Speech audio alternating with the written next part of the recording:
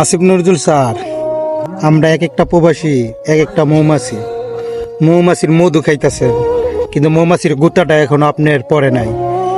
এখনো সময় থাকতে বিমানের টিকিটের দামগুলা কমান, আর যারা এশিয়ান টিকিটে যুক্ত আছে তাদেরকে গ্রেপ্তার করুন।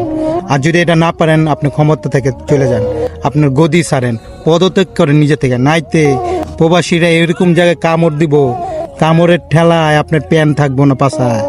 মনে রাখেন, প্রবাসীরা এক একটা কি জানেন, মৌমাছি।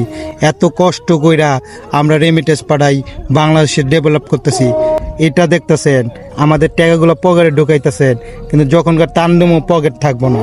মনে রাখেন, আমরা এক একটা মৌমাছি, মৌমাছি যখন দলবেন্দা কামড় দেয় না, চেহারা বসকে যাবো গা। মনে রাখেন কথাটা, এখনো সময় আছে। এখনো গদি বাজাইতে চাইলে প্রবাসীদের যে দাবিগুলো আছে মেনে নেন। প্রবাসীরা হোটেল দিয়ে কী করবো এয়ারপোর্টে? প্রবাসীদের যে বিমান ভাড়াটা, এখনো সময় আছে, কমায়েন।